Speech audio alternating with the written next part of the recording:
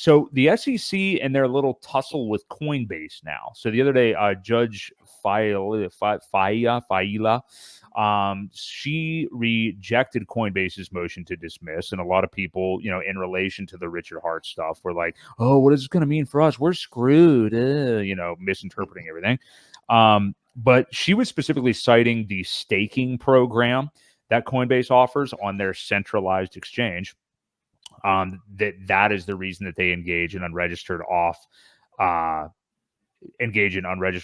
sale of securities. So it's fine that the motion to dismiss was not granted, but when has it ever been proven that any of these are securities that are on their site? That's the thing. So the SEC is alleging that they're selling unregistered securities. None of them have been proven. Not a token has been, proven to be a security, including Ripple, which, if anything was going to be a security, it would be Ripple.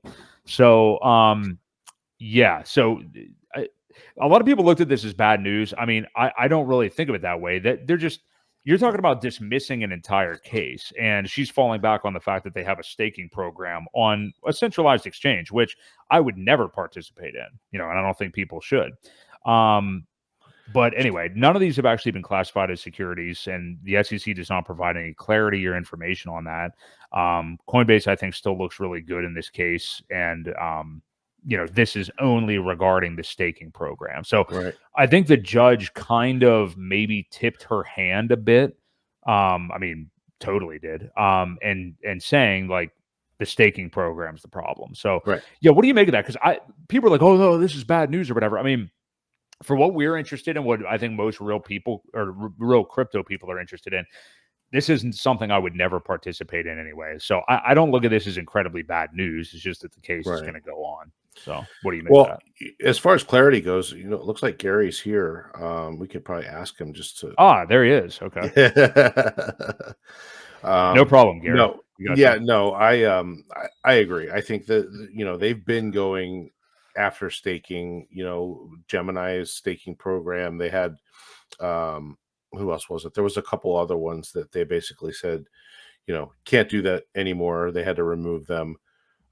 Basically, what it is they're protecting their banksters who don't want to give somebody a better option of yield or interest. So, that's all it is. And they'll call it an unregistered security because you're staking and earning more. It just, I really think that's all it is. So, as far as that goes, they would have to do something. I don't know what the outcome would be if Coinbase just stops its staking and they call it a day. That could be as easy as that is, and then it's over. Or if they do get some sort of, I'm sure they'll get a fine, whatever it is, for participating in that. They still have it. I'm pretty sure you still leave USDC and Coinbase and earn. Yeah, you're right. You can. So I mean, it's still there. So it hasn't deterred them, at least, or had them take it down. But yeah, I mean, I think that's as simple as that. That's pretty much what it is. And again, for them, it's narrowing it down to what they have to fight now, right? If they're narrowed down to basically one thing, they're in kind of a similar boat that that Richard's in with his attorneys. If we can kind of narrow it down, and if you have one battle to fight rather than 3 or 4 different things and all these different coins and calling this or that, and it all goes back to clarity. It all goes back to them saying, are these really securities or not? And they won't decide. At some point, one of these judges is going to say, listen, if you can't determine whether it's a commodity or security, how can we say what they're doing is securities violation? One of them is going to have to, at some point, I just don't understand why it hasn't been done already. Why can't you classify this as one or the other? And then we can kind of move on.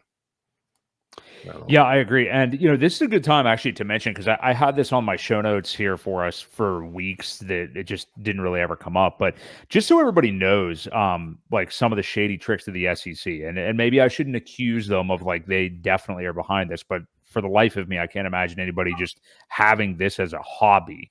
But on any video that we've ever released of SEC's dealings specifically with Coinbase, no other SEC video, we could be talking about anything to do with the SEC against any other entity or whatever. I've never seen this before. But every time we upload one, and this is going to be one of them right here that I'm talking on right now, so they can respond to my exact, you can reply to me in the comments right now.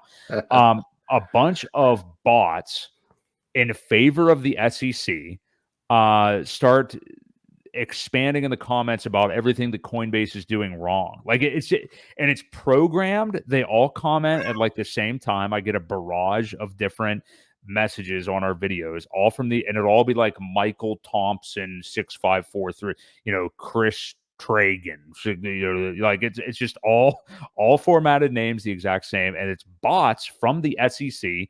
Like, Coinbase really needs to own up to what they're doing here. And it's just like, what in the hell? Because when I first started to see them, I was like, who in the hell has this opinion? This makes no sense at all.